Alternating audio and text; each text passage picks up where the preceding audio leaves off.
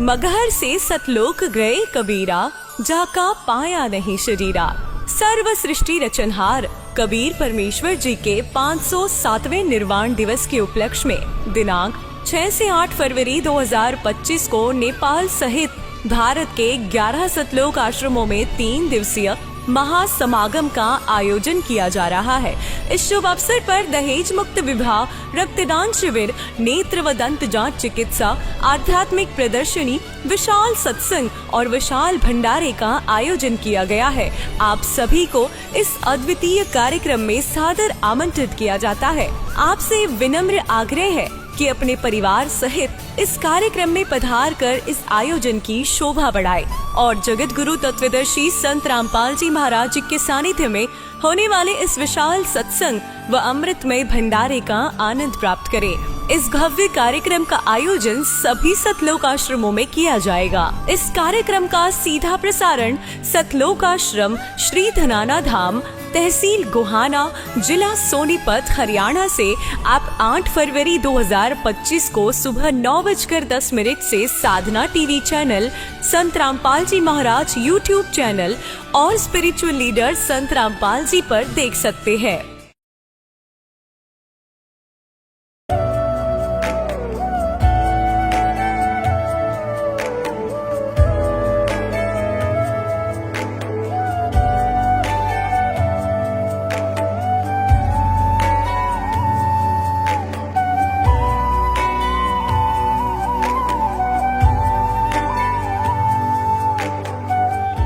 पवित्र श्रीमद् भागवत गीता, पवित्र चारों वेद, पवित्र कुरान शरीफ, पवित्र बाइबल, पवित्र गुरु ग्रंथ साहिब, पवित्र कबीर साहिब की वाणी में छुपे हुए गूढ़ रहस्य अर्थात तत्व को जानने के लिए कृपया अवश्य सुनिए जगत गुरु तत्वदर्शी संत रामपाल जी महाराज के मंगल प्रवचन। दर्शकों, भारत की पावन भूमि पर भक्ति और आस्था की अनगिनत कहानियां बसती हैं।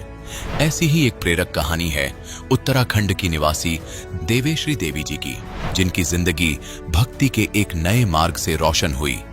देवेश्री जी पहले उत्तराखंड में प्रचलित पारंपरिक भक्ति साधना किया करती थीं, जिससे इन्हें कोई लाभ नहीं मिला।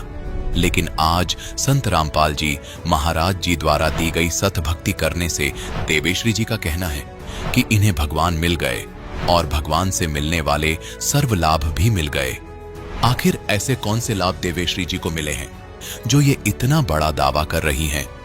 सुनते हैं देवेश्री जी की कहानी, उन्हीं की जुबानी। नमस्कार जी। सत साहिब जी। आपका क्या नाम है माता जी? मेरा नाम देवेश्वरी देवी, पौड़ी गढ़वाल से हैं और बड़कोट गांव से हैं। संत रामपाल जी महाराज जी से आपने नाम दीक्षा कब ली? बंदी चोर सदगुरु रामपाल जी महाराज जी से मैंने जून 2016 को ली थी। संत रामपाल जी महाराज जी से नाम दीक्षा लेने से पहले आप क्या भक्ति साधना करते थे? पहले बंदी चोर सदगुरु रामपाल जी महाराज जी से पहले हमारे उत्तराखंड में वही देवी देवता, वो हनुमान जी की, भैरों की, नागजा की, नरसिंह की, यही पूजा हम करते रहते थे। आप इतनी सारी साधनाएं करते थे, ये भक्ति करने से आपको क्या लाभ हुए? लाभ तो हमें क्या होना था, मगर हमें पता भी नहीं था। ज्ञान तक कर हम उसमें लगे ही रहते थे कि साल में, 2 साल में, 3 साल में हमारे पुराने से करके आते थे कि वो पूजो और बकरा मारो और वो ये मन्नत मांगो कि मेरा लड़का हो जाएगा, उसकी शादी हो जाएगी। इसी में लगे रहते थे। हमें यही पता था कि बस ये जीवन आ रखा है तो ये करना है, परिवार की शादी करनी है और उसमें काम करते करते मर जाना है। मगर जब से हमने बंदी चोर सदगुरु रामपाल जी की नाम दीक्षा ली, जब से हमें पता चला कि भगवान भी हैं, मगर हम जो अपनी ये उत्तराखंड में देवी देवताओं की पूजा कर रहे थे वो अज्ञानता से कर रहे थे। और अब बंदी चोर सदगुरु रामपाल जी महाराज ने हमें ऐसा ज्ञान दिया कि जो आत्मा को भी सुख शांति मिली है, परिवार में भी सुख शांति मिली है और आगे हमें भी मोक्ष का भी वो है कि हमें मोक्ष भी मिलेगा और कल्याण भी होगा। आपने बताया कि देवी देवताओं को प्रसन्न करने के लिए आप बकरों की बलि देते थे, तो बकरों को बलि देने से क्या आपको कोई लाभ हुए? लाभ तो हमें क्या होने थे उसमें, जब हम दूसरों की जीव हत्या करेंगे तो कैसे लाभ मिलेगा। मगर उस समय तो हम ये सोचते थे कि अपने लाभ के लिए वजह से तो हम उनको मारते थे। अब हमें पता चल रहा है कि जब हम उनके वो भी प्राणी हैं, किसी के माता हैं, किसी के बच्चे हैं, जैसे हमारे हैं, तो हम उन अज्ञानता से उनकी मृत्यु करते थे अपने लाभ के लिए, मगर लाभ होता नहीं था हमें। फिर आप संत रामपाल जी महाराज जी के शरण में कैसे आए? बंदी छोड़ सतगुरु रामपाल जी के शरण में हम ऐसे आए कि टीवी में हम सब चैनल देखते थे, सत्संग आता रहता था उसमें, हम सब गुरु के सत्संग सुनते थे। अब चैनल पे हमने एक दिन देखा, हमने कहा ये गुरु जी तो किताब खोल खोल के बता रहे हैं, तो हमने देखा हम हर रोज़ इसको देखेंगे। तो हमने उसमें देखा कि सतगुरु रामपाल जी महाराज क्या हैं कि वो गीता में इतने पर्सन में ये है, इतने पर्सन में ये है, सब बता रहे हैं, और गुरु ग्रंथ में भी बता रहे हैं, सारे ग्रंथों को खोल खोल कर बता रहे हैं। हमने कहा सारे संत तो वैसे अपने मुंह से बोलते रहते हैं, ये कैसे संत हैं जो सब कुछ बता रहे हैं उसमें देख देख के। गीता तो हमने जानी थी कि हम हिंदुओं की गीता है, मगर हमने उसको पढ़ा नहीं था, उसमें ये नहीं जाना था क्या लिखा है क्या नहीं लिखा है। और वेद भी हमें इतना तो पता था कि 4 वेद थे और 18 पुराण है, मगर हमने वो पढ़े नहीं थे ना सुने थे। गुरुजी ने जब चारों वेद खोल खोल के हमें बताए कि हमारे में से तो 5 वेद थे, एक तो काल ने समुद्र में फेंक दिया, 4 वेद हमारे रह गए। तो हमने सोचा कि ये तो कुछ ना कुछ हैं। धीरे धीरे हम सत्संग 6 महीने तक मैं देखती रही। मेरे भगत जी कहते थे कि क्या देख रही है, मैंने कहा मैं सब संतों का भगवो देख रही हूँ सत्संग, मगर बंदी छोड़ सतगुरु रामपाल जी का एक ऐसा सत्संग है कि जो वो शास्त्र के अनुसार बता रहे हैं, किताब खोल खोल के बता रहे हैं, सब ग्रंथ बता रहे हैं, तो मैं इसको ज़रूर लूँगी। तो कह रहे कैसे लोगी, मैंने कहा उसके नीचे वो नंबर चल रहे थे, मैंने वो उतार लिए। तो मैंने उतार के मैंने सोचा कि अब चंडीगढ़ में मेरी लड़की रहती थी, मैंने सोचा मैं लड़की के यहाँ जाऊँगी और वहाँ से हरियाणा तो नज़दीक पड़ेगा ही, वहाँ से नामदान ले लूँगी। मैं वहाँ पे गई तो मेरी लड़की का बच्चा होना था, बच्चा हुए 10-11 दिन हुए थे। तो तब तक दिल्ली में मेरी बड़ी वाली लड़की का दिमाग का एक्सीडेंट हो गया। वहाँ से फ़ोन आ गया रात 12 बजे कि मम्मी यहाँ हॉस्पिटल में मेरे पापा जी का एक्सीडेंट हो गया, आपको इधर आना पड़ेगा। फिर मैंने सोचा कि चलो अब मैं उधर ही चली जाती हूँ, परमात्मा को ये मंजूर नहीं होगा हमें लेने के लिए। फिर मैं वहाँ पे मेरे को थोड़े 20-15 दिन हो गए, फिर थोड़ा थोड़ा दिमाग को आराम मिलने लग गया। फिर मैंने अपने लड़के को बुलाया, मेरा लड़का उस समय दिल्ली में रहता था। मैंने कहा बेटा मुझे गुरुजी से नामदान लेना है। तो मेरा बेटा पहले तो चिढ़ गया कि मम्मी आप कहाँ भक्तों के उसमें लगे। मैंने कहा नहीं बेटा, मेरे को तो ये भक्त बहुत अच्छे लगे। जब हम भक्तों के इंटरव्यू देखते हैं तो हमें लगता है कि सबके दुख काट दे गुरुजी ने, तो हम भी दुखी हूँ, मेरे भी दुख काट देंगे। तो लड़का तो मना करने लग गया, गुस्सा हो गया। मैंने कहा बेटा आप मेरे को लेके चलोगे नहीं है, मैं पूछ के चली जाऊँगी। फिर मैंने वो कह रहा कि मम्मी कहाँ जाएंगे। मैंने कहा ये मैंने नंबर ले रखा है, इसमें से फ़ोन करके पता कर लेते हैं। तो मेरे बेटे ने उसमें फ़ोन किया, फिर उसने कहा मम्मी आप ही बात करो इनसे। फिर मैंने उस फ़ोन लगा के बात किया तो वो बोले आप कहाँ से बोल रहे हो। मैंने कहा मैं तो दिल्ली से बोल रही हूँ। किस जगह पे आप हो। मैंने कहा मैं तो इस समय राम मनोहर हॉस्पिटल में हूँ, मेरे दामाद जी का एक्सीडेंट हो रखा है और मुझे नामदान लेना है। तो उन्होंने बताया कि आप ऐसा करो कि दिल्ली में 2 नामदान केंद्र खोल रखे हैं, एक तो तुगलकाबाद में है और एक द्वारका सेक्टर में, तो आपके लिए कौन सा नज़दीक पड़ेगा। मैंने कहा यहाँ से तो द्वारका सेक्टर ही नज़दीक पड़ेगा।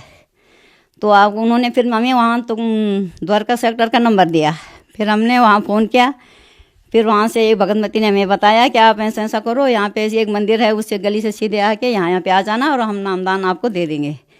तो फिर मैंने दामाद से फ़ोन दिया कि आप इनसे बात करो और ये लड़के को बताओ कि कहाँ कहाँ पे जाना है, क्या जाना है। फिर उसको बताया कि आप ऐसे ऐसे चले जाना और वहाँ से एक मंदिर पड़ेगा, उसमें उतर के सीधे चले जाना आगे। फिर मेरा लड़का तैयार हुआ कि मम्मी चलो मैं तुम्हें नामदान दिला के आता हूँ। फिर हम वहाँ पे गए, पूछते पूछते हमें आधा घंटा हो गया। फिर हमने दोबारा फ़ोन लगाया, फिर उन्होंने कहा आप कहाँ पे हो। हमने कहा थे तुम थोड़ा ही दूर में ही। उन्होंने कहा स्कूल पे आ गए। हमने कहा स्कूल पे आ गए तो थोड़े आगे आ जाओ। फिर हमें वहाँ पे वो मिल गए। फिर वहाँ पे गए, उन्होंने हमें समझाया कि आप ऐसे ऐसे कर लोगे। हमने कहा बिल्कुल कर लेंगे, जब यहाँ पे आ रखे हैं तो नामदान तो लेंगे ही लेंगे। तो उन्होंने कहा कि आपने देखा कि कबीर साहब ही परमात्मा है। हमने कहा हाँ, बंदी छोड़ सतगुरु रामपाल जी महाराज ने बता दिया। और ये हमें 4थे क्लास से ये कबीर साहब के दोहे तो हमें खूब याद आते हैं कि हम सब स्कूल में ये कहते थे कि कबीर साहब के दोहे ही सबसे अच्छे हैं। तो हमें उस समय तो पता नहीं था, ये बच्चे थे कि क्या है क्या नहीं है। मगर जब बंदी छोड़ सतगुरु रामपाल जी महाराज ने हमें कबीर साहब के बारे में पूरा बताया तो हमने कहा वो सच्चे में ही परमात्मा होंगे और धरती पे अवतार करके रामपाल गुरु जी के शरीर में आ रखे हैं। क्योंकि वो दोहे हमसे 4ठी क्लास से ही अच्छे लगते थे। उन्होंने कहा चलो ठीक है, तो आप ले लोगे? मैंने कहा हाँ, हम ले लेंगे। संत रामपाल जी महाराज जी से नाम दीक्षा लेने के बाद आपको क्या लाभ प्राप्त हुए? बंदी छोड़ सदगुरु रामपाल जी महाराज जी से नाम दीक्षा लेने से हमारे घर में बहुत सुख शांति हुई। मेरे भगत जी बहुत दारू पीते थे, उनका दारू भी बहुत कम हो गया, और वो भी ये चैनल देखते रहते हैं। जब लाइट नहीं रहती तो कहते हैं अपना गुरु जी का सत्संग लगाओ, और जहाँ मैं जाती हूँ सत्संग सुनने के लिए गुरु जी की, उसमें तो कभी भी मेरे लिए मना नहीं करते हैं। इतनी तो गुरु की दया है। मैं ये कह रही हूँ कि आजकल तो आदमी घर से बाहर अपनी बीवी को जाने नहीं देंगे, मगर ये गुरु जी की कृपा है कि जो कहीं जाने के लिए मेरे मना नहीं करते। और मुझे जब तक मैं आती नहीं हूँ गुरु जी पे विश्वास रहता है कि मुझे उनसे विश्वास नहीं रहता कि मैं जा पाऊँगी। आज भी मैंने देखा कि 3:30 बजे तक मैं घर पे ही थी, और 3:30 बजे के बाद भी मैं यहाँ पे आ ही गई। तो वो गुरु जी की कृपा है, हम आ नहीं सकते थे। नहीं तो पहले में डर लगता था कि जंगलों में जाते थे, शोर मचाते रहते थे कि भाई कहीं ना कहीं से तो भालू आ जाएगा, शेर आ जाएगा, खा जाएगा, कुछ ना कुछ कर लेगा। मगर अब हम बिल्कुल निडर होके जाते हैं। भालू हमें मिल जाता है, शेर हमें मिल जाता है, और हम एक ही आवाज़ में लगा के उसे वो भाग जाता है। हम गुरु जी की कृपा हमारे ऊपर इतनी है, हमें उनके ऊपर पूरा भरोसा है। हम बिल्कुल निडर होकर जंगलों में जाते हैं। ये बंदी छोड़ सदगुरु रामपाल जी महाराज की कृपा है हमारे ऊपर, जो हम निडर होकर जंगलों में जाते हैं और शेर भालू से लड़ जाते हैं। आप जन समुदाय को क्या संदेश देना चाहेंगे? हम जन समुदाय को संदेश तो क्या दे सकते हैं, मगर हाथ जोड़ के प्रार्थना कर सकते हैं। उत्तराखंड में जितने भी भाई बहन हैं वो बंदी छोड़ सदगुरु रामपाल जी के शरण में जाएं, उनसे नाम दीक्षा लें, अपना कल्याण करवाएं। और भी बहुत सारे साधु संत हैं, लेकिन आप संत रामपाल जी महाराज जी के शरण में ही जाने के लिए क्यों संदेश दे रहे हैं? इसलिए संदेश दे रहे हैं कि जितने बाबा लोग बैठे हुए हैं वो तो साधु विरुद्ध भक्ति बता रहे हैं हमें, उनसे कोई लाभ नहीं है। हम अपने हमारे यहाँ भी हैं, राधा स्वामी में भी है भगत था, वो भी 15 साल उसमें रहा। अब हमारे से खुद कह रहा है कि हम भी तुम आपके गुरु जी के शरण में आएंगे। हमने कहा हमारे गुरु जी के शरण में आ जाओ, क्योंकि वो किताबों को खोल खोल के बताते हैं कि इसमें ये लिखा है, इसमें ये लिखा है, और सारे उनको वो मिला रहे हैं जिनके पास है गीता हो। और हम भी देख रहे हैं कि एक एक पेज खोल खोल के गुरु जी हमें बताते हैं, और हम अपने सारे गढ़वाली भाइयों को ये कहते हैं कि तुम एक उसमें देखो तो सही कि क्या है क्या नहीं है, क्या सच है क्या झूठ है। इतने बाबा बैठे हुए हैं, सत्संग सबका आता है, मगर कोई किताब खोल के नहीं बताता, सब अपने मुँह से ही बोलते हैं। और हमारे गुरु जी तो शास्त्र खोल खोल के बताते हैं। हमें जब से पता चला है कि देवी भागवत गीता में क्या है, विष्णु पुराण में क्या है, पहले में ऐसे भागवत में हम भी चले जाते थे और सुनते थे, बस वो सुन लिया कि जो उन्होंने कह लिया मन माना आचरण, सुन के घर आ जाते थे। मगर अब हमें भी पता चला कि हमारे गुरु जी शास्त्र अनुसार बता रहे हैं, गीता में भी और बाइबल में भी, कुरान में भी। संत रामपाल जी महाराज जी से यदि कोई नाम दीक्षा लेना चाहे तो कैसे ले सकते हैं? बंदी छोड़ सदगुरु रामपाल जी महाराज जी से जो नाम दीक्षा लेने चाहते हैं, वो हमारा गुरु जी का सत्संग आता है, और हम चैनल वालों से भी यही कहेंगे कि वो बार बार हमारा गुरु जी का सत्संग चलाएं। और जितनी भी गढ़वाल की भाई बहन हैं, उनमें नीचे पीली पट्टी आती है, उनमें उनके नंबर रहते हैं, और नंबर पे फ़ोन करके जगह जगह गुरु जी ने नामदान स्थान खोल रखे हैं, वहाँ जाके पता करें और नामदान लें, अपना कल्याण करवाएं। धन्यवाद। सच्चाई। दर्शकों, अभी आपने सुने संत रामपाल जी महाराज से दीक्षा प्राप्त करके सुखी हुए भक्त के अनुभव। अब देखिए जगत गुरु तत्वदर्शी संत रामपाल जी महाराज के मंगल प्रवचन। जैसे कि ये समागम चल रहा है, फाल्गुन उतरते की द्वादशी को परमेश्वर कबीर देव जी असंग ब्रह्मांड के स्वामी सतलोक से चलकर आए और गांव छुडानी जिला झज्जर के खेतों में, जंगल में, जहां आदरणीय गरीबदास साहिब जी 10 वर्षीय बालक गौवें चरा रहे थे, गवाले रूप में, अपनी ही गौओं के गवाले थे, और भी 5, 7, 10 अन्य गवाले भी उनके कुछ नौकर थे, और कुछ दूसरे गांव के लोग भी साथ थे। कुछ बड़े थे, कुछ छोटे थे। गरीबदास जी सबसे छोटे थे। एक जिंदा महात्मा का रूप बनाकर परमात्मा सतलोक से चलकर आए, वहां प्रकट हो गए। कुछ ही दूरी पर फिर उनको आते नजर आए गरीबदास साहिब जी और वो सभी पाली। उस समय 10 बजे, यही मौसम था। 10 बजे एक वृक्ष के नीचे बैठकर जांडी के नीचे खाना खा रहे थे, और कबलाना गांव से गांव छुड़ाने को जाने का एक आम रास्ता था। पैदल चलने वाले व्यक्ति वहीं से आते जाते थे, यात्री भी वहीं से आते जाते थे। उसी रास्ते से उसी के साथ में वो जंडी का पेड़ था जहां वो आहार कर रहे थे, दोपहर का खाना खा रहे थे। परमात्मा वहां आए तो सभी पालियों ने कहा कि महाराज आओ भोजन पालो। परमेश्वर ने कहा कि मैं भोजन तो बच्चों अपने गांव से खा कर आया हूं। कहाँ है आपका गांव? गांव मेरा सचखंड है, सतलोक है। कितनी दूर है यहां से? कि 16 शंख कोस की दूरी। उन्होंने पालियों ने कहा महाराज फिर दूध तो पीना ही पड़ेगा, हम अतिथि को ऐसे नहीं जाने देते। तो परमेश्वर ने, कबीर देव जी ने कहा, सतपुरुष ने कहा कि भाई मैं कुंवारी गाय का दूध पीता हूं, पिलाना है तो पिलाओ। तो दूसरे पाली थे, कहने लगे बाबा जी तेरी नीयत खराब है, मजाक करते हो, आपकी दूध पीने की नीयत नहीं है, कुंवारी गाय कभी दूध देती है? परमात्मा ने कहा भी देख लो, दूध पिलाना है तो कुंवारी गाय का पीता हूं। गरीबदास जी उठे, 10 वर्षीय बालक, और लाए एक गऊ पकड़ के, बछिया 1.5 वर्ष की, और ला के खड़ी कर दी कि महाराज देखियो इसको बच्चा तो है भी नहीं, दूध कैसे देगी है? परमात्मा ने कहा कोई पात्र है तुम्हारे पास जिसमें दूध निकाले? कहाँ जी है? कि धो लो उसको। जी धो लिया, धो के साफ करा हुआ है, रख इसके नीचे, गाय के नीचे बैठ गया गरीबदास जी बालक लेकर के। आदमी हंस रहा, देखेंगे कैसे दूध देगी। परमात्मा कबीर जी ने, सतपुरुष ने थपकी मारी गऊ के पीठ पर, सतन लंबे लंबे हो गए, दूध की धार बंध गई और वो पात्र भर दिया।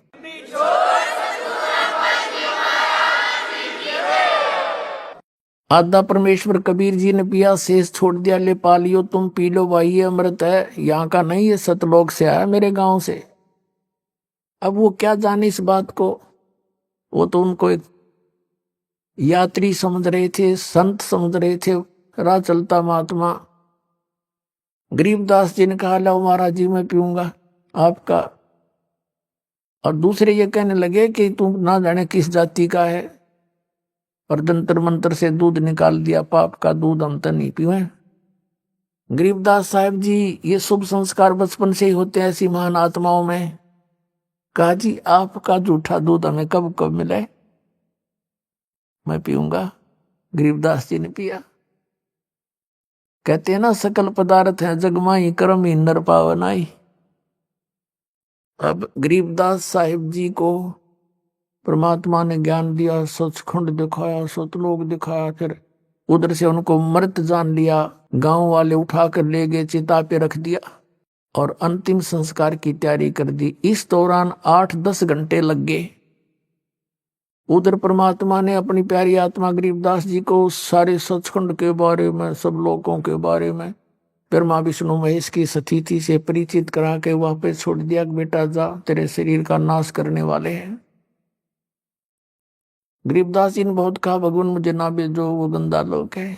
तो परमेश्वर ने कहा भक्ति करो, और मैंने जो ज्ञान दिया इसको बोलो, सुनाओ जग में। और बेटा तुम्हारे भाई बहन है वो फंसे हुए हैं, उनको समझाओ, उनके लिए तुम एक गवाह बनेगा आने वाले समय में, जाइए। उसी समय परमात्मा की आज्ञा पाते ही 1 सेकंड में शरीर के अंदर था। एकदम खड़े हो गए भगवान। खड़े होकर उठकर चल पड़े, खुशी की लहर दौड़ गई। लड़का जीवित हो गया, बच्चा जीवित हो गया। उस समय से ये और कुछ नहीं बोलते थे, जो परमात्मा ने कबीर देव जी ने उनके अंदर ये अमृतवाणी फीड कर दी थी वही निकाल रहे थे बार बार। वो उसी वाणी में ही बोलते थे, दूसरी बात ही नहीं करते थे किसी से।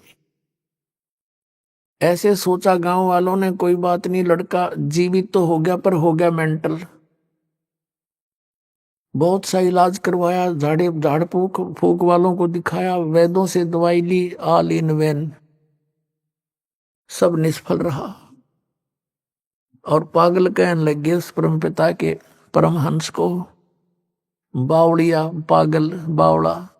एक दिन एक दादू पंथी गोपाल दास नाम के एक संत आगे जो श्री दादू जी के पंथ से संबंधित थे, और वो वैश्य कुल से थे, बनिया जाति से, कुछ पढ़े लिखे थे, वैराग ले रखा था, बाल बच्चे उनके बड़े हो चुके थे, घर त्याग रखा था। आदरणीय दादू साहिब जी को भी परमात्मा मिले थे, बाबा जिंदा के रूप में मिले थे। अब वो गोपाल दास गांव छुडानी में आ गया और किसी भक्त के यहाँ रुक गया। उस भक्त ने चर्चा कर दी, जी हमारे ऐसे एक लड़की का लड़का है और वो यहीं रहते हैं, घर जमाई रहता है वो उस लड़के का पिता, और ऐसे ऐसे एक महात्मा आया था, एक कंवारी गाय का दूध निकाला, बच्चे ने पी लिया, मेंटल हो गया, उस दिन तक मर गया था वो, तो मालिक की दया हुई जीवित हो गया। और कहते हैं संतों की विद्या को संत ही जानते हैं, काट सकते हैं, आप कुछ दया कर दो। सब दुखी हो रहे उससे, सारा दिन बोलता रहता है, बोलता रहता है। गोपाल दास जी ने कहा कि लाओ बुला के, कौन है देखता हूं मैं, क्यों नहीं, ठीक हो जाएगा। अब वो भक्त गया उस आदरणीय गरीबदास साहिब जी के नाना जी के पास। वो बहुत बड़े किसान थे, जमींदार थे, 1400 एकड़ जमीन थी। उनके साथ 5-7 बुजुर्ग से गांव के ओर आ गए, बच्चे को साथ ले आए, गोपाल दास महात्मा के पास खड़ा कर दिया। गोपाल दास ने कहा, बेटा कौन था वो जिसने तेरे जीवन बर्बाद कर दिया? आदरणीय गरीबदास साहिब जी कहने लगे, अलल पंख अनुराग है सुन मंडल रे थीर, दास गरीब उधारिया मोय सतगुरु मिले कबीर।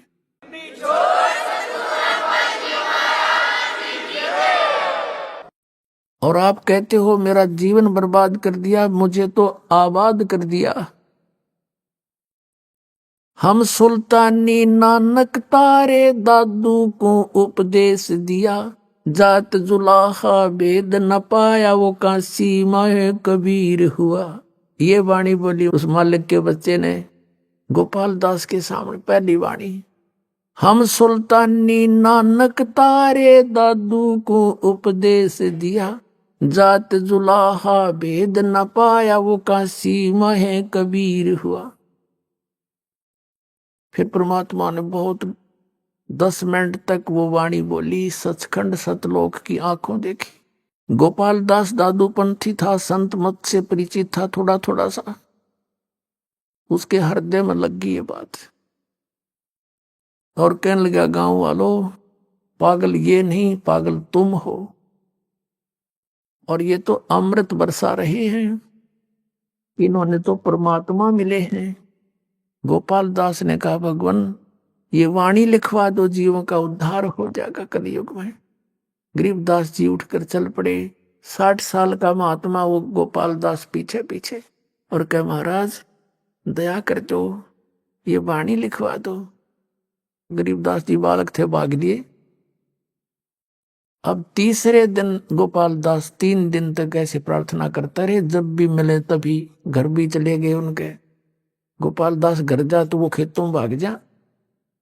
तीसरे दिन जब मिले, कहा, गोपाल दास यदि सारी लिखे तो लिखवाऊं, कदे बीच में छोड़ कर भाग जा। अगर सारी लिखूंगा महाराज, मैं तो घर से फ्री हो चुका हूं, कोई काम नहीं मुझे। उन्हीं गरीबदास साहिब जी के ही एक बेरी का बाग था, उसमें एक जांडी का पेड़ था बहुत बड़ा, उसके नीचे बैठ जाते दोनों, गरीबदास जी बोलते और गोपाल दास लिखा करते थे। इसमें पुण्यात्माओं एक शब्द कहा है कि हम सुल्तानी नानक तारे। सुल्तान कौन थे? अब्राहिम सुल्तान अधम, बलख बुखारे के बादशाह, और दादू जी और नानक जी, और कहते मैं, गरीबदास जी कह रहे हम यानी हम सभी, हम यानी इंक्लूडिंग गरीबदास, हम सुल्तानी नानक तारे, जिसने पार किया नानक साहिब को, दादू साहिब को और अब्राहिम सुल्तान को और मुझे, हम सुल्तानी नानक तारे दादू को उपदेश दिया, पर जात जुलाहा भेद नहीं पाया, का सीमा है कबीर होया। अब यहां वो परमात्मा अपनी लीला अनुसार, जैसे ऋग्वेद मंडल नंबर 9 कल भी दिखाया था आपको, आज फिर थोड़ा सा दिखाएंगे, क्योंकि जब तक हम सदग्रंथों से परिचित नहीं होंगे स्वयं, तब तक हम परमात्मा को पहचान नहीं पाएंगे और विश्वास दृढ़ होगा नहीं। हमने ये देखना कि वो परमात्मा अपनी प्यारी आत्माओं को मिलता है, सतलोक से चलकर आता है, सह शरीर आता है। अब चलकर आता तो सह शरीर होगा, और माँ का जन्म हो तो जन्म में लिखता वेद उसका। अब थोड़ा सा एक बार वेदों से आपका परिचित करा के फिर आगे उन महापुरुषों की जीवनी सुनाएंगे जिन जिन को ये मिले परमात्मा। देखिएगा ऋग्वेद मंडल नंबर 9-10, ये कहां से छपा है? प्रकाशक है सार्वदेशिक आर्य प्रतिनिधि सभा, महर्षि दानंद भवन, रामलीला मैदान, नई दिल्ली। और मुद्रक है Prince Offset Printer, 1510 Pataudi House, दिरांगन, नई दिल्ली। इसमें ऋग्वेद मंडल नंबर 9 और सूक्त 86 आपको दिखाते हैं। ऋग्वेद मंडल नंबर 9 सूक्त 86 का मंत्र 26। इसमें क्या कहा कि यज्ञ करने वाले यजमानों के लिए परमात्मा, यज्ञ माने धार्मिक अनुष्ठान यानी भक्ति करने वाले यजमान माने भक्तों के लिए परमात्मा सब रास्तों को सुगम करता हुआ उनके विघ्नों को मर्दन करता है और उनको पवित्र करता हुआ अपने रूप को सरल करता हुआ। अब परमात्मा का सतलोक में जो रूप है, मनुष्य सदृश हैं, करोड़ सूर्य करोड़ चंद्रमा मिला दे, एक रोमकूप की शोभा इतनी है। और उसी रूप में यदि यहाँ आ जाए तो हम कुछ नहीं देख सकते, आंखें बंद हो जाए सबकी। इसलिए अपने रूप को वो सरल करके हल्के तेज पुंज का बना के वह कांतिमान परमात्मा यहाँ इन्होंने, ये कबीर शब्द है, कबीर, हम इसको कबीर बोल रहे हैं, कबीर अपनी देसी भाषा में। हम वेदों को वेद बोलते हैं, ऐसे कबीर, इन्होंने इसका अपनी व्याकरण अनुसार ऐसे संधि छेद करके ऐसे लिख लिया, इसका अर्थ कर दिया सर्वज्ञ। अब अगर इसका अर्थ ये कवि लिख दें तो भी हम मान जाते, लेकिन यहाँ परमात्मा का प्रकरण है तो कवि बीच में आ नहीं सकता, काव्यकार। इसका अर्थ है कबीर देव। इसके लिए कंसेप्ट फिर क्लियर करना पड़ेगा। ये पुस्तक है यजुर्वेद, ये स्पष्ट लिखा है, इसके ऊपर र लगा रखा है और इसका संधि छेद करके और लिख दें यजु, जैसे ये लिख रखा है यजु, तो इसका अर्थ यजुर्वेद लिखना पड़ेगा। यदि कहीं पर ऐसा भी लिखा हो तो उसका अर्थ भी यजुर्वेद लिखना पड़ेगा, तभी इस पुस्तक के बारे में समझेंगे। अब इसी का प्रकरण यहाँ पर है एक। अब यजुर्वेद दिखाएंगे आपको बीच में, फिर ऋग्वेद पर आएंगे। प्रकाशक है सार्वदेशिक कार्य प्रतिनिधि सभा, 2/5, महर्षि दानंद भवन, रामलीला मैदान, नई दिल्ली से। ये इसके अनुवादक है महर्षि दानंद सरस्वती। मुद्रक Prince Offset Printer, 1510 Pataudi House, दिरांगन, नई दिल्ली से। इसके 36वें अध्याय में एक यजुर्वेद के ऊपर श्लोक है, मंत्र है। ये है यजुर्वेद और ये 36वां 63वां अध्याय 36वां अध्याय है। इसके प्रथम मंत्र में यहां लिखा है ऋचम वाचम प्रपदे मनो यजु प्रपदे। ये यजुर्वेद के विषय में है। इस मंत्र का यदि अनुवाद करता अर्थ कर दे यजु का और यजुर्वेद ना लिखे तो अनर्थ हो गया वो। यहां देखना, यहां महर्षि दानंद ने बिल्कुल सही लिखा है, यजु है ये शब्द, यजुर्वेद लिख दिया। इसको पूरा तभी बनेगा जब इसको समझने के लिए लिखना पड़ेगा कि ये यजुर्वेद की महिमा है। बस अगर इसका अर्थ कर देता, इस ना लिखकर और कुछ लिख देता, सतुतियां और कुछ लिख देता इसमें, तो कैसे समझते कि यजुर्वेद के बारे में जानकारी है। हम फिर आते हैं ऋग्वेद पर। ये ऋग्वेद है 9-10 मंडल और यहां से देखें। प्रकाशक है सार्वदेशिक कार्य प्रतिनिधि सभा, महर्षि दानंद भवन, रामलीला मैदान, नई दिल्ली। ये वही है जो अभी आपको पहले दिखाया था। अब यहां देखिएगा, अब फिर आगे हम ऋग्वेद मंडल नंबर 9 सूक्त 86 मंत्र 26 पे। अब इससे पहले हम यहां से चले तो अच्छा रहे, क्योंकि प्रकरण जो चला था कि वो परमात्मा कंवारी गायों का दूध पीता है। वो चाहे जब भी आता है जिस रूप में, यहां पर लिखा है ये ऋग्वेद मंडल नंबर 9 और सूक्त नंबर 1, इसका मंत्र नंबर 9 थोड़ा सा हिंट देंगे। यहां लिखा कि उस सोम स्वभाव वाले श्रद्धालु पुरुष को, ये पुरुष लिख दिया, सो माने परमात्मा लिखना था। यहां इन्होंने इस ऋग्वेद मंडल नंबर 9 के सभी मंत्रों में, ये ऋग्वेद मंडल नंबर 9 सूक्त 1 का मंत्र 1 है, इसमें भी हे परमात्मन, परमात्मा की महिमा चल रही है। और ऋग्वेद मंडल नंबर 9 सूक्त 1 के मंत्र नंबर 2 में भी हे परमात्मन, और 3 में भी हे परमात्मन, और 4 में भी हे परमात्मन, और 5 में भी हे परमात्मन, और 6 में भी। ऋग्वेद मंडल नंबर 9 सूक्त 1 मंत्र 6 में भी हे परमात्मन। और इन्होंने फिर आगे देखा कि महर्षि दानव तो परमात्मा को निराकार बताता है, और 8 में फिर आ गया भगवान का शरीर है। वहां पर पुरुष लिखना शुरू कर दिया 7 से ही। पुरुष माने भी परमात्मा होता है। ये ऋग्वेद अध्याय नंबर 40 के मंत्र 17 में दानव जी ने खुद पुरुष माने पूर्ण परमात्मा कहा है। तो यहाँ पुरुष माने हमने परमात्मा ही मानना पड़ेगा। उस परमात्मा को उग्र गतियां प्रेरणा करती हैं, यानी भयंकर स्थितियां जब हो जाती हैं परिस्थितियां पृथ्वी पर, तो परमात्मा आता है, भासमान शरीर को वह पुरुष प्राप्त होता है।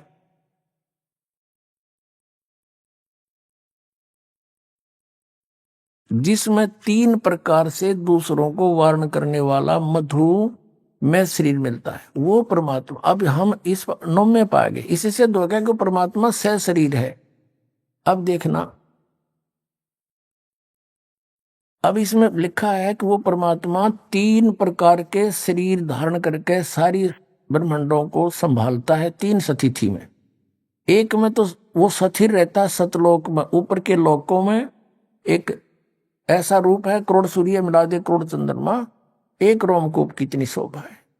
वो तो वहां फिक्स, वहां तो स्थिर रहते हैं, स्थाई। अन्य रूप बना करके वो एक प्रत्येक युग में एक लीला करते हैं, एक बालक रूप धारण करके, और धीरे धीरे बड़े होते हैं, उसमें भी कंवारी गायों का दूध पीते हैं। ये दूसरी प्रकार का शरीर हुआ, शिशु रूप धारण करके आए, और फिर धीरे धीरे बड़े हुए। 5 वर्ष की आयु से ही वो फिर बड़े बड़े विद्वानों के छक्के छुड़ा देते हैं। 104 वर्ष के महर्षि रामानंद, जो पूरे बहुत बड़े प्रसिद्ध हो चुके थे, उनको भी नतमस्तक कर दिया परमात्मा ने अपने ज्ञान के सामने, और उनको अपना शिष्य बनाया। फिर आप उनके शिष्य बने। ये लंबी कहानी है, फिर बताएंगे। और तीसरी प्रकार का जो शरीर है, वो परमात्मा एक जिंदा महात्मा का रूप बना करके प्रकट होते हैं, और अच्छी आत्मा को मिलते हैं। जहां भी कोई उनकी पुण्य आत्मा है, उनको मिलते हैं, ज्ञान से परिचित कराते हैं, अपनी स्थिति से परिचित करा के वापस छोड़ देते हैं। फिर वो संत भी उनके गुणगान किया करते हैं। अब दूसरी प्रकार का शरीर आपको दिखाते हैं कि जब वो शिशु रूप धारण करके आते हैं, गाय का दूध से उनकी परवरिश होती है, कुंवारी गाय के दूध से। ऋग्वेद मंडल नंबर 9 सूक्त 1 मंत्र 8 हमने पढ़ लिया कि 3 दूसरों का वर्ण करने वाला, 3 प्रकार से दूसरों को वर्ण करने वाला मधु में शरीर मिलता है। अब ये दूसरी प्रकार का शरीर है, उस अमर परमात्मा को, पूर्ण परमात्मा को, जो शिशु रूप धारण करके आता है।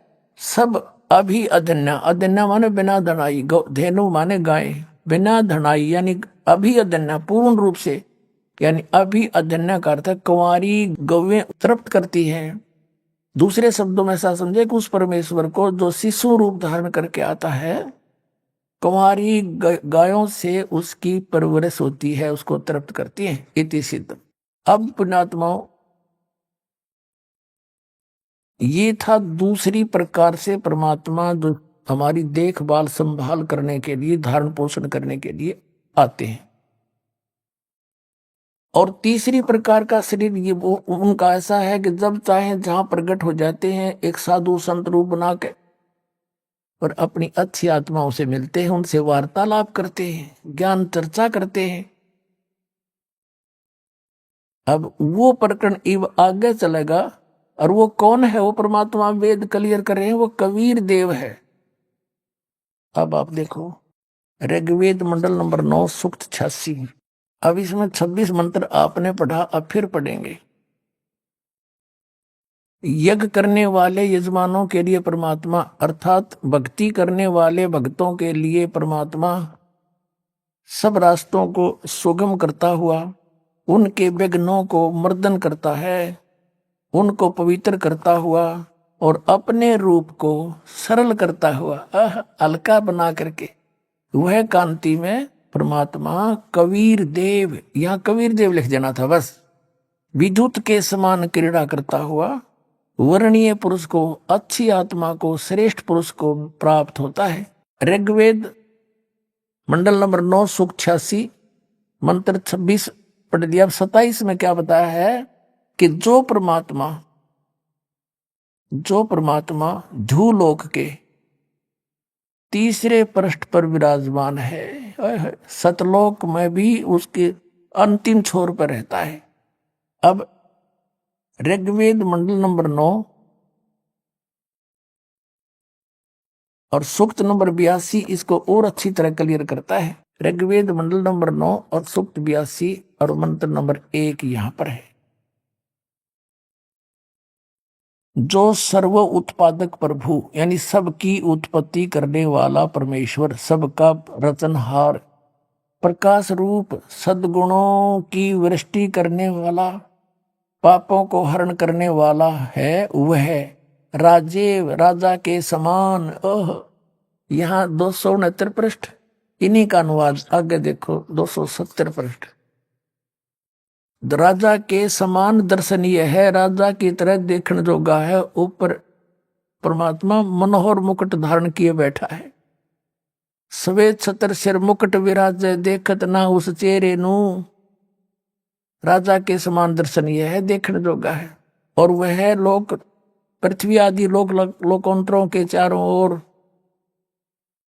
शब्दमान हो रहा है। वह वर्णीय पुरुष को, अच्छी आत्मा को, जो दृढ़ भक्त है, उसको पवित्र करता हुआ प्राप्त होता है। जिस प्रकार विद्युत सने वाले स्थानों को आधार बनाकर प्राप्त होता है, जैसे बिजली, आकाशीय बिजली काशी की धातु पर गिरती है, उसका अट्रैक्शन होता है, ऐसे ही वो परमात्मा उस दृढ़ भक्त को मिलता है जिनका उसके प्रति विशेष लगाव होता है। अब यहाँ देखो किस उद्देश्य से आता है। ऋग्वेद मंडल नंबर 9 सूक्त 82 मंत्र 2 में आप देखेंगे वो किस उद्देश्य से आता है। हे परमात्मन, उपदेश करने की इच्छा से आप महापुरुषों को प्राप्त होते हो, अच्छी आत्माओं को प्राप्त होते हो, और आप अत्यंत गतिशील पदार्थ के समान, यानी बहुत तीव्रगामी होकर के हमारे आध्यात्मिक यज्ञों को प्राप्त होते हैं। आप वह फिर आ गया, आप कबीर देव हैं।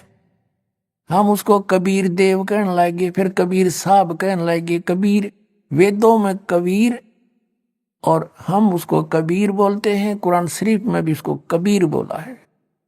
कबीर देव हैं, शुद्ध स्वरूप हैं, हमारे पापों को दूर करके हे अमर परमात्मा आप हमको सुख दें।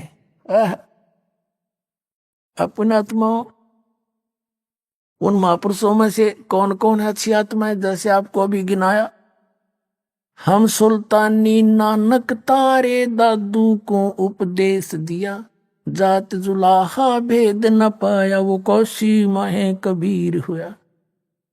उनमें से एक दृढ़ भक्त श्रेष्ठ आत्मा आदरणीय नानक साहिब जी हैं, जिनको परमात्मा बेई नदी पर मिले थे, सुल्तानपुर शहर में, पश्चिमी पाकिस्तान के अंदर है वो क्षेत्र। पहले ज्वाइंट भारत था ये सारा, अफगानिस्तान, बलूचिस्तान, पश्चिमी पाकिस्तान, पूर्वी पाकिस्तान और ईरान, इराक तक, गढ़ और गजनीब तक ये भारतवर्ष था। नानक साहिब जी के पहले जन्म सतयुग में ये राजा अम्बरीश थे, त्रेता में यही आत्मा राजा जनक हुए और कलयुग में वही आत्मा श्री नानक जी हुए। अपने आत्माओं पहले ये राजा थे, इनके नौकर रहा करते थे पिछले पुनों के कारण, और इन पुनों को स्वर्ग में खर्च करके वापस आ जाते हैं सभी प्राणी। फिर ये स्वयं एक सुल्तानपुर के नवाब के यहाँ मोदी खाने में नौकरी कर रहे थे। लेकिन ऐसी आत्माएं भक्ति बिना रुक नहीं सकती।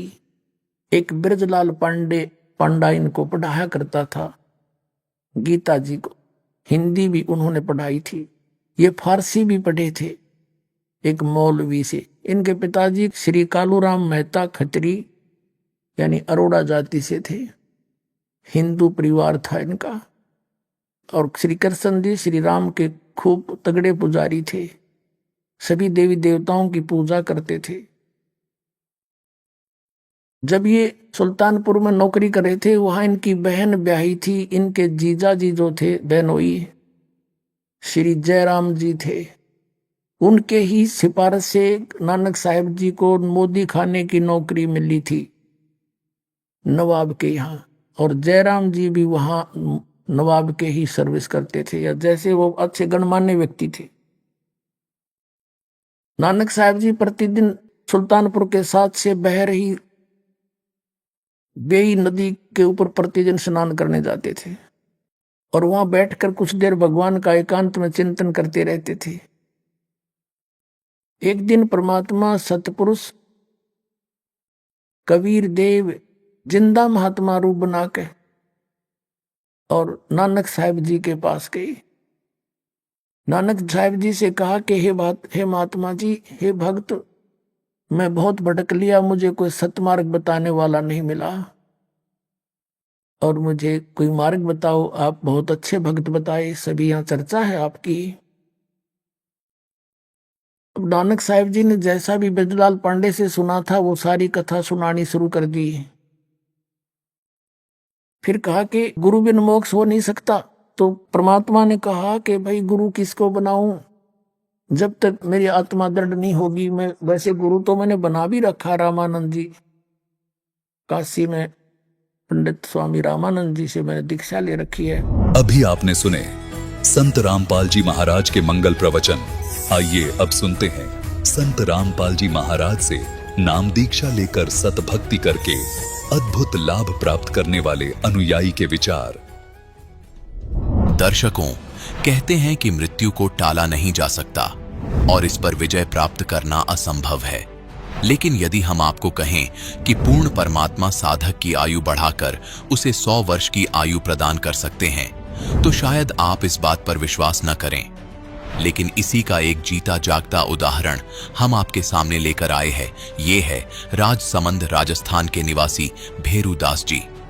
पूर्ण परमात्मा के अवतार संत रामपाल जी महाराज जी की शरण ग्रहण करने के बाद भेरू जी को परमात्मा का साक्षात्कार हुआ और परमात्मा की कृपा से ऐसे अद्भुत लाभ मिले हैं जिनकी बदौलत आज ये जीवित हैं। इनका कहना है कि संत रामपाल जी महाराज ने इनकी खत्म हो चुकी आयु को बढ़ाकर नया जीवन प्रदान किया है। दर्शकों, क्या ऐसा हो सकता है? क्या वास्तव में संत रामपाल जी महाराज के अंदर इतनी शक्ति है? आइए जानते हैं कि सच्चाई क्या है। सुनते हैं भैरू जी की कहानी, उन्हीं की जुबानी। सर नमस्कार। नमस्कार सर। सर क्या नाम है आपका? मेरा नाम भैरू दास है। सर कहाँ से आए हैं आप? मैं गांव डेलाना, तहसील आमेर, जिला राजसमंद, राजस्थान से आया। सर संत रामपाल जी महाराज से नाम दीक्षा लेने से पहले आप क्या भक्ति साधना करते थे? सर यही साधना करते थे देवी देवताओं की, और ज़्यादातर शंकर भगवान की ये साधना करते थे। लेकिन ऐसा कुछ खास वो चीज़ नहीं थी जो साधना होनी चाहिए, वैसी कुछ नहीं थी। ऐसे ही दुनिया की देखा देखी में ऐसे करते थे, लेकिन उसका कोई ये नहीं था। सर संत रामपाल जी महाराज के शरण में आने से पहले जो भक्ति आपने की उनसे आपको क्या लाभ मिला? सर ऐसे तो देखा जाए तो ऐसी कोई वो नहीं थी, भक्ति भी नहीं थी और ऐसी कोई साधना भी नहीं थी, क्योंकि वो तो देखा देखी पत्थर की मूर्तियां बना के वो पूजा करते हैं और उनसे कोई भगवान की वो प्राप्ति नहीं होती है, और वो साधना भी नहीं है, वो ऐसे गलत है वो। तो वो तो एक परमात्मा स्वयं संत के रूप में आते हैं और सच्चा ज्ञान कराते हैं, तो तभी वो साधना बन पाती है। ऐसे तो बहुत से दुनिया बनी हुई है, लेकिन ये सही भक्ति नहीं कर रही है, तो ये पत्थरों की पूजा कर रहे हैं और मंदिरों में जाना, ये इनसे कोई लाभ नहीं होता है। सर संत रामपाल जी महाराज की शरण में कैसे आई? सर मैं पहले जैसे देवी देवताओं की पूजा करता था, तो उसमें जैसे इष्ट रूप में जैसे वो भैरवनाथ होते हैं, उनको उनकी पूजा करता था। तो भैरव जी को जैसे इष्ट मानता था, तो 9 दिन तक ऐसे नवरात्रि रहती है।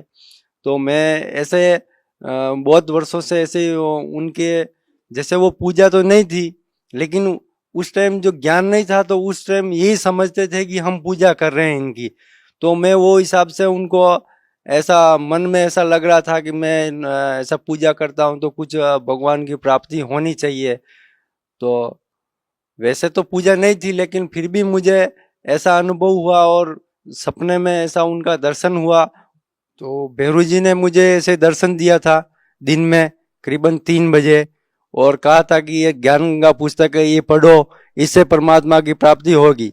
तो मैंने वो पुस्तक नहीं ली थी उस टाइम, और मैंने कहा कि मेरे पास है पुस्तकें, मैं पढ़ता हूँ और इस पुस्तक में क्या है। तो मैंने उस टाइम नहीं ली थी वो पुस्तक, और मैं चला गया, मतलब आगे बढ़ा था। तो फिर थोड़ा आगे बढ़ के पीछे देखा तो फिर वो नहीं दिखाई दिए थे। उसके बाद करीबन 6 महीने बीत गए थे। उसके बाद वही ज्ञान गंगा पुस्तक मैंने बॉम्बे में देखी थी, जो मेरा बुआ का लड़का है, मेरा भाई लगता है, उसके वहाँ देखी। तो वो पुस्तक देखते ही मुझे ऐसा लगा कि ये ज्ञान गंगा पुस्तक है। तो मैंने सारी पुस्तकें ऐसे पढ़ी है, शिव पुराण है जैसे, तो इनमें वो ज्ञान कुछ अलग ही था और निचोड़ ज्ञान था, क्योंकि ज्ञान गंगा में। और उन्होंने 1-2 पेज मेरे को बताया कि इसमें ऐसे ऐसे विधि से परमात्मा की प्राप्ति का निवारण बताया हुआ है, और ये सारे शास्त्रों के आधार पर बनाई हुई पुस्तक है ज्ञान गंगा। तो मैंने उनसे पूछा कि ये कहाँ मिलती है, और उन्होंने बोला कि वो जो आश्रम है वहाँ से ही मंगवाई है। तो मैंने बोला उनको कि भाई अभी तो मैं यहाँ से कहीं ले नहीं सकता हूँ, एक बार यही पुस्तक मुझे दे दो, मैं पढ़ लूँ इसको। तो उन्होंने नहीं दी। उन्होंने बोला मेरे को भी अभी मिली है, मैं भी मंगवाई है, अभी मैं पढ़ूंगा, बाद में आप ले जाना। मैं 3 बार गया, तीसरी बार फिर वो पुस्तक लेके मैं घर पे गया था। तो रात को पढ़ते पढ़ते 12 बजे तक पढ़ी थी वो पुस्तक। फिर मेरे को नींद आ गई थी। फिर संत जगत गुरु रामपाल जी महाराज के जैसे दर्शन हुए थे, और दर्शन हुए थे तो मैं उनकी तरफ देख रहा था, तो उनको देखने लग गया। तो मेरे हाथ में कुछ नारियल का ऐसा वजन था। तो सर संत रामपाल जी महाराज से आप कभी मिले ही नहीं थे, तो आप कैसे कह सकते हैं जो सपने में आपको दिखाई दिए वो संत रामपाल जी महाराज जी हैं? सर ऐसे हुआ कि जैसे वो पुस्तक के ऊपर जैसे वो फोटो है, तो गुरु जी का जो फोटो लगा हुआ था, तो मैंने ऐसे मन में ऐसे संकल्प किया कि अगर परमात्मा वाकई आप ही हैं तो मुझे दर्शन दें।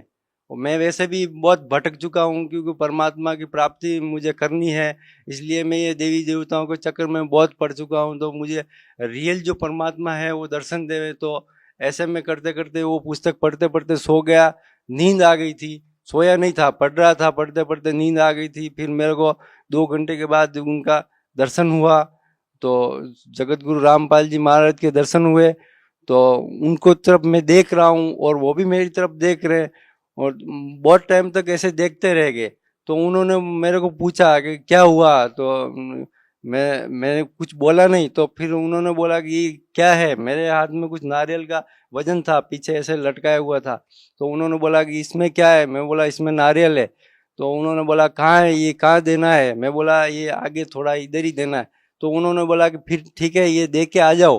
तो मैं वहाँ पे उनको देने गया, तो उनको बोला कि ये लो, ऐसा करके उनको दे के फटाक से वहाँ डाल के फिर मैं वापस आया, जो गुरुजी के पास जो खड़े थे वहाँ पे। तो वहाँ पे दिखाई नहीं दिए थे जगत गुरु रामपाल जी महाराज। तो फिर मेरे को ऐसा नींद में ऐसा सपने में ऐसा हुआ, तो घबराहट हुई, तो मेरी नींद खुली। रात को 2:30 बज रही थी। तो मुझे फिर लगा कि शायद परमात्मा जगत गुरु रामपाल जी महाराज जी हैं, क्योंकि अभी मैंने पुस्तक पढ़ी कि 5 पेज भी नहीं पढ़े और मुझे दर्शन भी हो गए हैं।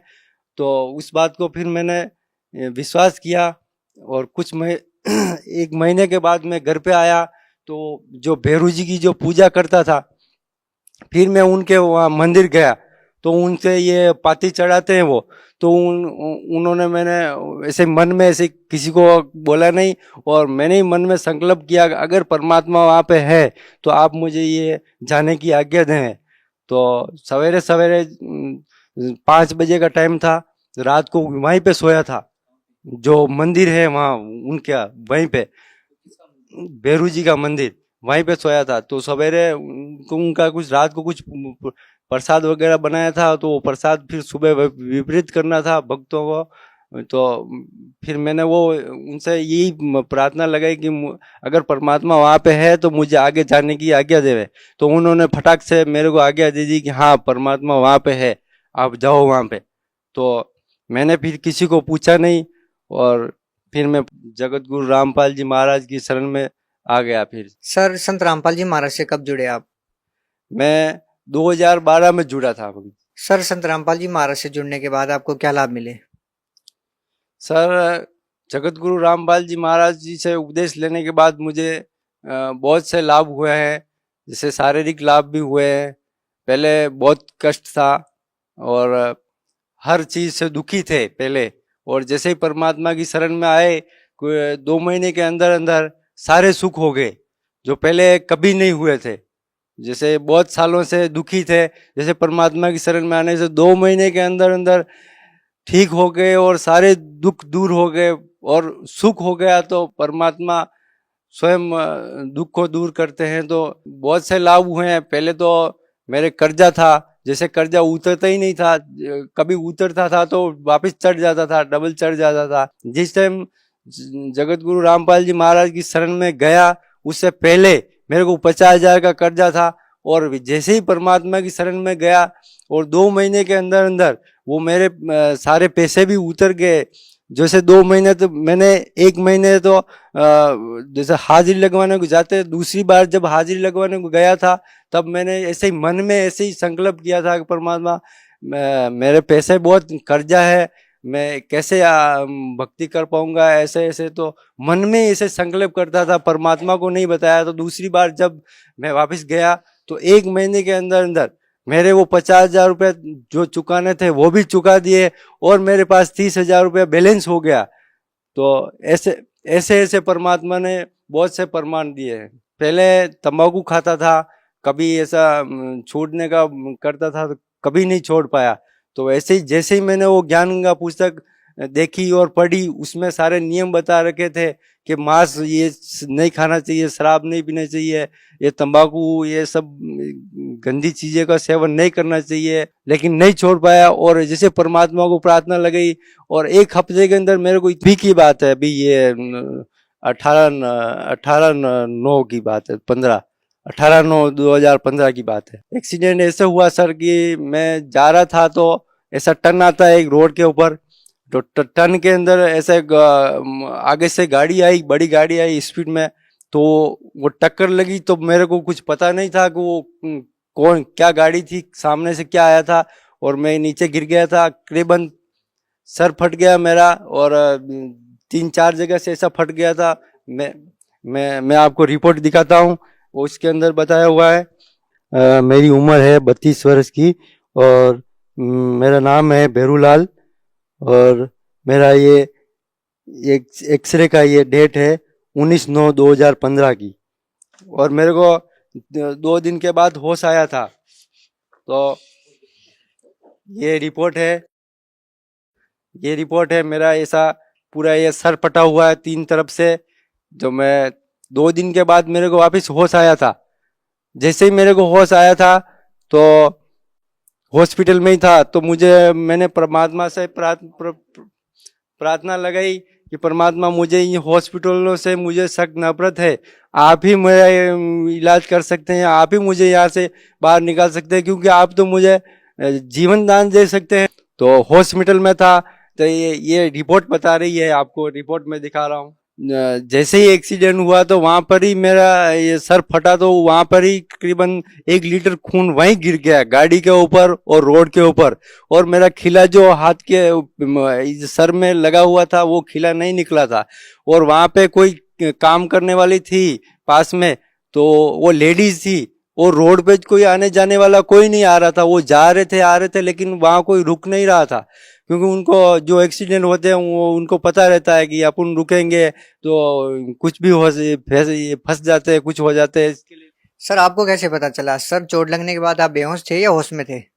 सर मैं होश में नहीं था, मुझे दूसरों ने बताया गया है कि वहां पर एक लेडीज आई थी और उसने मेरा ये खिला जो लगा हुआ था उसको निकालने की कोशिश की, पूरी कोशिश की उसने, लेकिन वो खिला नहीं निकला।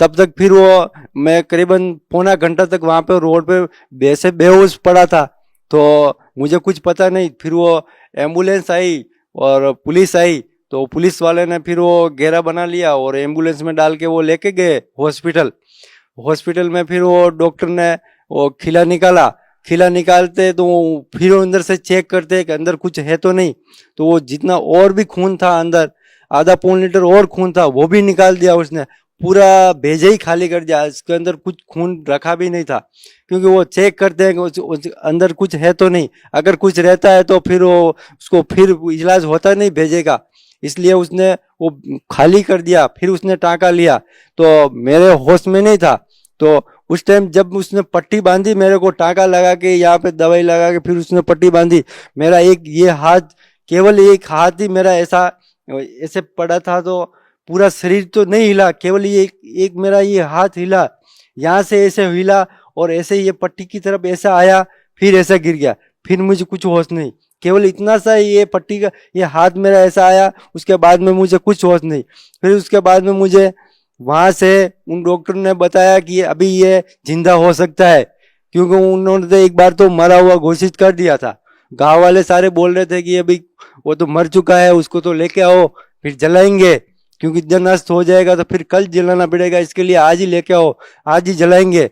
लेकिन उस डॉक्टर ने बताया कि अभी देखो, अगर इसको आगे लेके जाओ बड़े हॉस्पिटल में, बच सकता है तो बच सकता है, क्योंकि वो हाथ जो हिला उस हिसाब से उस डॉक्टर ने बताया, नहीं तो वो भी बोल रहा था कि वो तो मर चुका है। लेकिन मेरा ये हाथ हिलने से उसने बताया कि आप एक काम करो, आगे लेके भागो। मेरे को आगे लेके गए, वहां पर भी मेरा होश नहीं आया था, वहां पे मुझे भर्ती किया गया था। दूसरे दिन फिर मुझे बोतलें भी चढ़ाई थी, जैसे ग्लूकोज की बोतल चढ़ाई थी, खून की बोतल नहीं चढ़ाई थी, ग्लूकोज की बोतल चढ़ाई थी। फिर दूसरे दिन जिस दिन उदयपुर लेके गए थे उस दिन भी होश नहीं आया, फिर दूसरे दिन सवेरे मेरे को होश आया था। तो होश आते ही फिर मुझे ऐसा लगा कि मैं कहाँ हूँ क्या हूँ। तो मुझे पहले जो एक्सीडेंट हुआ किससे हुआ वो मेरे को नहीं पता था। फिर मैंने 1 घंटा तक, तो जैसे मेरा होश आया तो मैं ऐसा उठा तो मेरे नाक से मुंह से ऐसा खून गिरने लगता है, वो सब बोलते हैं कि वापस सो जाओ, अभी तो बहुत खून गिर रहा है। तो मैंने ऐसे वापस सोया, सोते सोते जगत गुरु रामपाल जी महाराज से प्रार्थना लगाई कि हे गुरुदेव, अगर ऐसा रहूंगा तो मेरा तो यहीं हो जाएगा, यहीं मैं इतना जीता जी नरक हो जाएगी मेरी। तो ऐसे प्रार्थना लगाई थी। 2 घंटे के बाद फिर मैं वापिस उठा खाट के ऊपर, तो मेरे खून गिरना बंद हो गया था, मेरे नाक से मुंह से जो खून गिर रहा था वो खून गिरना बंद हो गया था। तो मैंने उनको बोला अभी मैं तो छुट्टी दे दो, अभी मैं जा रहा हूँ भी। तो उन्होंने बोला नहीं, ऐसे नहीं जा सकते, अभी तो करीबन 10 दिन तो आपको इलाज यहाँ पे करवाना ही है और चलेगा यहाँ पे इलाज। मैंने बोला अब मैं इलाज नहीं करवाने वाला हूँ, और अब तो परमात्मा ही इलाज करते हैं और वही करेंगे मेरा इलाज। वैसे मेरे को परमात्मा ने ही ठीक किया, मैं इन चीज़ों पे विश्वास नहीं करता, क्योंकि इतना खतरनाक एक्सीडेंट होता है तो उससे इंसान नहीं बच सकता है। और वैसे मेरी आयु वहीं पे समाप्त हो चुकी थी, तो आगे मुझे परमात्मा ही नहीं, आगे मेरी आयु बढ़ाई, और जगत गुरु रामपाल जी महाराज ही हैं पूर्ण परमात्मा जो मुझे जीवन दान दिया। सर जो श्रद्धालु संत रामपाल जी महाराज से जुड़ना चाहते हैं वो संत रामपाल जी महाराज से कैसे जुड़े? सर वैसे तो भगत समाज को मैं यही संदेश देना चाहूँगा कि सभी जगह पे, जैसे राजस्थान में भी बहुत सी जगह पे आश्रम खुले हुए हैं, जैसे नामदान स्थल के लिए, तो सारी जगह पे खुले हुए हैं। हर एरिया में, दिल्ली जाओ, यूपी जाओ, बॉम्बे जाओ, गुजरात जाओ, कहीं पे भी जाओ, एमपी जाओ, राजस्थान जाओ, मद्रास जाओ, तो सभी जगह पे खुले हुए हैं। तो परमात्मा की प्राप्ति मंत्र जाप वो दीक्षा देते हैं, तो वो सीडी के माध्यम से देते हैं, तो उनसे आप प्राप्त कर सकते हैं। और टीवी के ऊपर सत्संग आता है जगत गुरु रामपाल जी महाराज का, तो उसमें भी नीचे नंबर दिए हुए हैं, तो आप उन नंबरों के ऊपर संपर्क करके भी आप नाम उपदेश ले सकते हैं। जी धन्यवाद।